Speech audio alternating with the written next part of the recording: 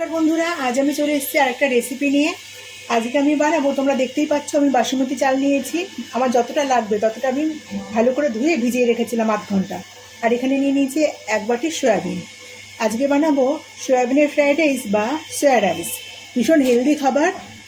বাচ্চাদের স্কুলের টিফিন বলো বা লাঞ্চ বলো বা ডিনার বলো, স্কুলের মানে অফিসের জন্য বলো, সব কিছুর জন্য কিন্তু ভীষণ উপযুক্ত। জল বসিয়ে দিয়েছি, এর মধ্যে দিয়ে দিলাম অল্প লবণ, হাফ পাতিলেবু নিয়েছি, রসটা দিয়ে দিলাম। আর একটুখানি এর থেকে রস বেরোবে। এর মধ্যে দিয়ে দেবো একটুখানি 1 চামচ মতো রিফাইন অয়েল। আগে আমি ভাতটা করে নিতে চাইছি। 1 চামচ রিফাইন অয়েল দিলাম, ভালো করে নেড়ে চেড়ে নিচ্ছি। এবার আমি চালটাকে দিয়ে দেবো।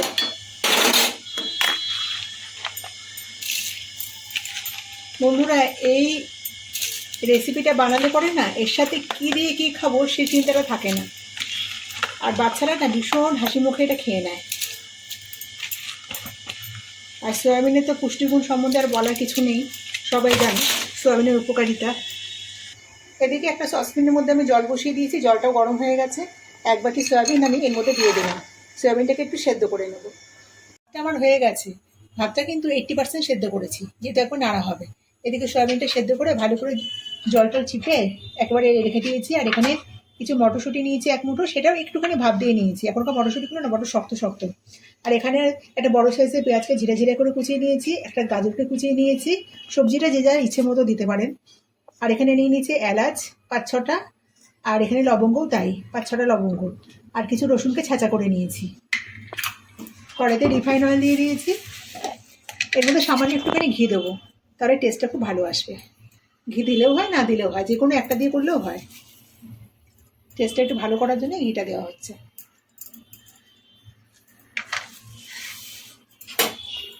ভালো করে একটু মিশিয়ে নিচ্ছি। এবার ফোড়নটা দিয়ে দেবো। এলাচগুলো বন্ধুরা ফাটানো হয়নি, এলাচগুলো একটু ফাটিয়ে নিই। এলাচগুলো একটুখানি ফাটিয়ে না নিলে না বেশি ফাটে। এই যে মুখগুলো একটু ফাটাতে ভুলে গেছি।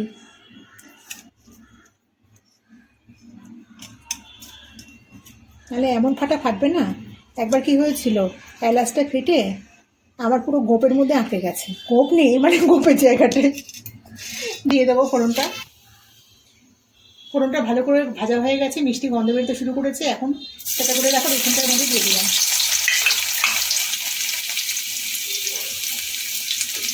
রসুনটা বেশি ভাজবো না, হালকা একটু নেড়ে নেবো।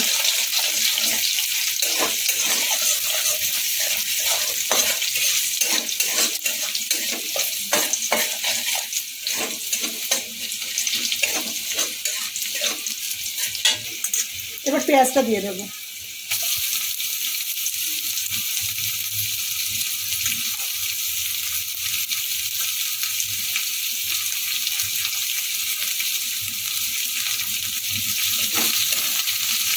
পেঁয়াজটা একটু হালকা করে নেড়ে নেবো, খুব বেশি ভাজার দরকার নেই।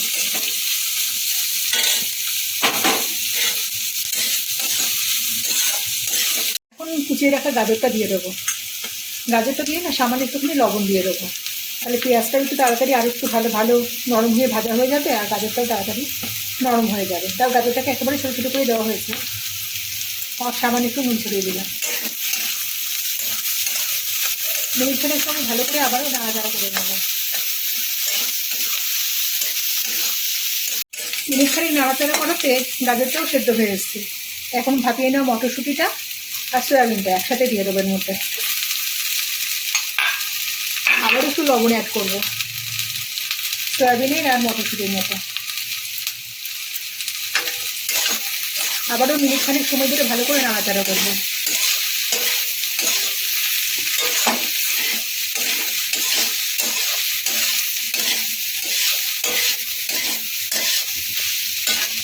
একটু হেলদি খাবার আর টেস্টিও, খুব চটপট হয়ে যায়।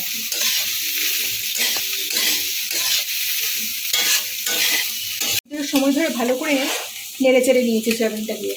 এবার অল্প করে রাইস দেবো, একবারে পুরো রাইসটা দেবো না।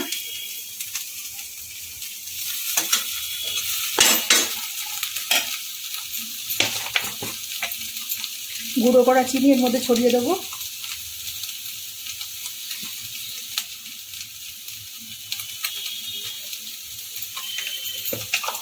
আর দেবো সামান্য লবণ। ভালো করে নাড়াচাড়া করবো। এখন খুন্তির ব্যবহার করবো না, খুন্তির ব্যবহার করলে পরে না ভাতগুলো ভেঙে যাবে। ভাতগুলো কি সুন্দর লম্বা লম্বা রয়েছে, একেবারে ভাঙা ভাঙা হয়ে যাবে, গুঁড়ো গুঁড়ো হয়ে যাবে।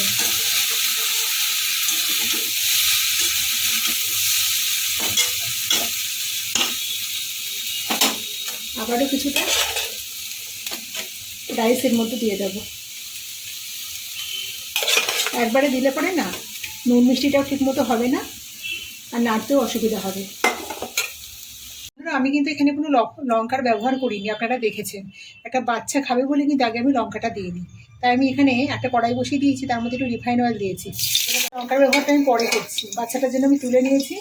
নাহলে কিন্তু যখন আমি পেঁয়াজ দিলাম তখনই আমি লঙ্কাটা দিয়ে দিতাম। আর একটু না ঝাল হলে কিন্তু ভালো লাগে না। আর মিষ্টি দিয়েছি, নুন ঝাল মিষ্টি ছাড়া তার ভালো লাগে না। লঙ্কাটা ভেজে দিয়েছি, এবার ভালো করে আবারও মিশিয়ে নেব। কারণ বাচ্চাটার জন্য আগে আমি তুলে নিলাম, কারণ বাচ্চাটা তো ঝাল খেতে পারে না। আর একটা বাচ্চার জন্যই কিন্তু বিশেষ করে আমি এটা করছি, সেই জন্য তারটা আগে তুলে নিয়েছি অফ ক্যামেরায়। তো তোমরা যদি বাচ্চাদের জন্য করো তাহলে তোমরা ঝাল দিও না, আর যদি বড়োদের জন্য করো তাহলে অবশ্যই কিন্তু একটু লঙ্কার ব্যবহার করো, তাহলে কিন্তু খেতে ভালো লাগবে না। এটাকে আবার ভালো করে নেড়ে চেড়ে ভালো করে মিশাবো আমি।